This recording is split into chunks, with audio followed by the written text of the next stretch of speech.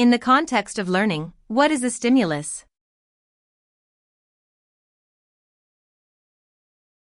It is any event, object, or other phenomenon to which an individual can respond.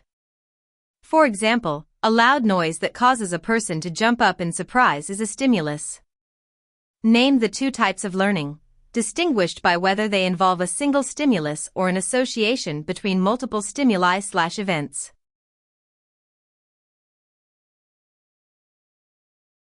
Associative and non-associative learning. Associative learning involves an association between multiple events, such as food and a sound played by an experimenter. Non-associative learning involves only a single stimulus. Name two types of non-associative learning.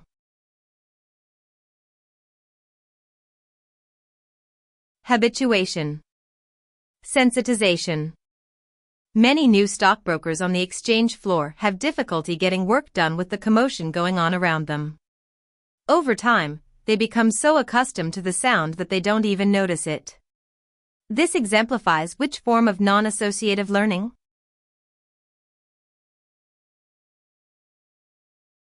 Habituation. Habituation is a decrease in response to a stimulus after repeated presentation of the stimulus.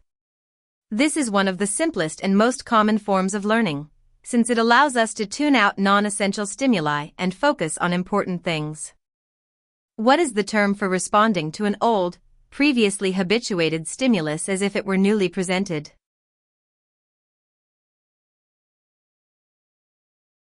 Dishabituation. This situation occurs when a subject repeatedly experiences the same stimulus, gets used to it, and stops responding. Habituation. Dishabituation can then take place if he or she is given a new stimulus and is then provided with the original stimulus again, at which point the subject responds to it like he or she did originally. What type of non-associative learning is often considered the opposite of habituation?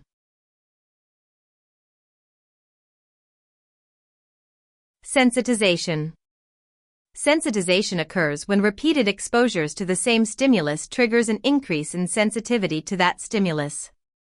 What phenomenon is exemplified when rats show an increased response, such as heightened head movement, after being given the same dose of cocaine a week later despite initially showing no response?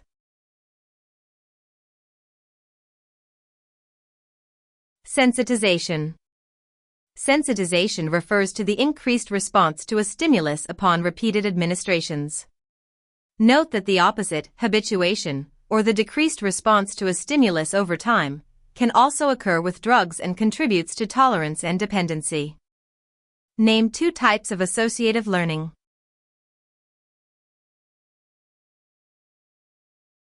Classical conditioning. Operant conditioning. Name the 5 components, stimuli and/or responses, of classical conditioning. Neutral stimulus. Unconditioned stimulus. Conditioned stimulus. Unconditioned response. Conditioned response. In the context of classical conditioning, what term describes something that naturally elicits the response being studied? In Pavlov's dog experiment, this was the food originally presented to the dogs.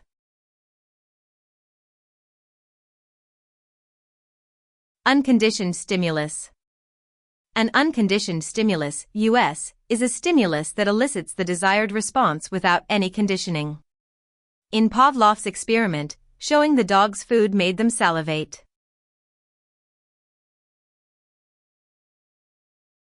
In the context of classical conditioning, what term describes something that elicits the response being studied, but only after conditioning has occurred?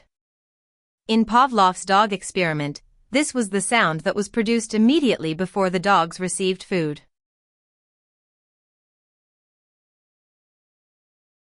Conditioned stimulus. A conditioned stimulus, CS, is a stimulus that elicits the desired response once conditioning has occurred. In Pavlov's experiment, the sound came to be associated with the presentation of food, and it eventually provoked salivation, the response, in the dogs even when no food was presented. What is the term for the sound in Pavlov's dog experiment before conditioning, when it did not cause the dogs to salivate.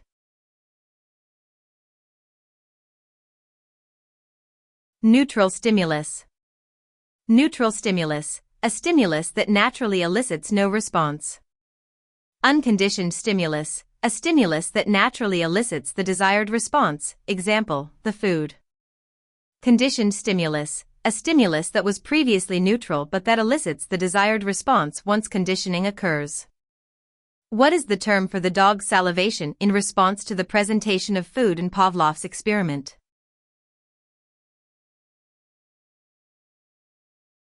Unconditioned response.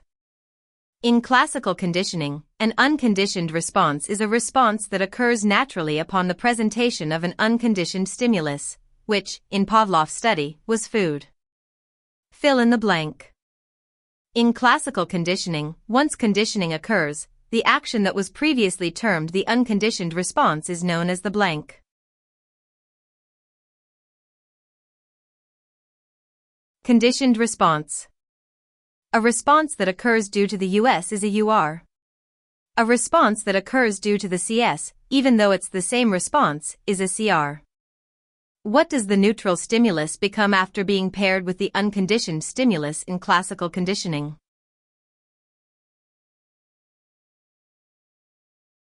Conditioned stimulus.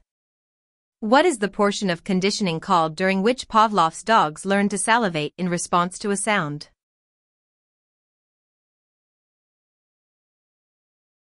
Acquisition. Acquisition takes place when the subject is learning the association. The dogs initially learned to salivate because Pavlov gave them food immediately after playing the sound. Fill in the blank.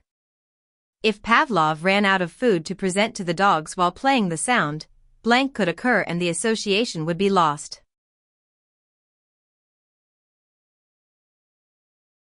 Extinction.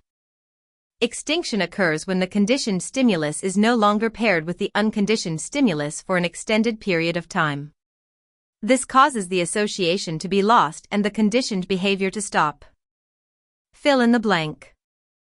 After loss of association in Pavlov's experiments due to Pavlov ceasing to present food, the dogs may experience blank if Pavlov stops playing the sound for a few days and the association returns briefly once he resumes playing it.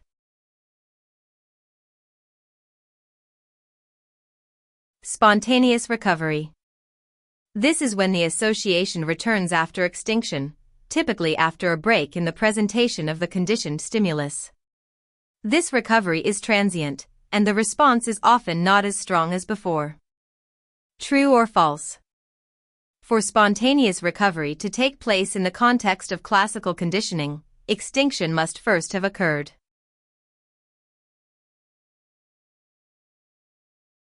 True. Define. Stimulus discrimination.